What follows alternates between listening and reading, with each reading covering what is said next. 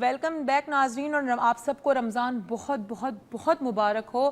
I hope کہ یہ رمضان آپ سب کی زندگی میں بہت خوشیاں لائے، چینجز لائے، اور ہم تبدیلیاں لائے، اور ہم یہ اس کوشش میں، اس کاوش میں لگے ہوئے ہیں ہیلتھ ٹی وی کے ساتھ، ان کی پوری ٹیم کے ساتھ، کہ آپ کے لیے کچھ تھوڑی ہیلپ لے سکیں، کچھ آپ کو بتا سکیں، کچھ ایک نئی بات، ایک نیا تھاٹ آپ کے ذہن میں ڈال سکیں. اگر آپ کی زندگی میں تھوڑی سی سہولت ہم لے آئیں، اگر ہماری وجہ سے آپ کی زندگی میں ایمان آپ کا زیادہ مضبوط ہو جائے، رب کے ساتھ تعلق آپ کا بڑھ جائے، آپ کی زندگی میں خوشیاں آ سکے، آپ اپنی زندگی میں تبدیلی کر سکیں، اپنی ہیبٹس کو چینج کر سکیں، تو ہم سمجھتے ہیں کہ ہم نے ایک اچھا کام کیا. ہماری یہ کاوش کامیاب رہی. ہم سمجھتے ہیں کہ ہم ہیلتھ ٹی وی کے جو سارے لوگ اس وقت اس پروگرام کے پیچھے محنت کر رہے ہیں، ان سب کی محنت رنگ لے آئی. رات کو اتنی دیر تک آئے، رکے، ان کو باقی ٹرانسمیشنز بھی کرنی ہو. Thank you so much for giving us this support.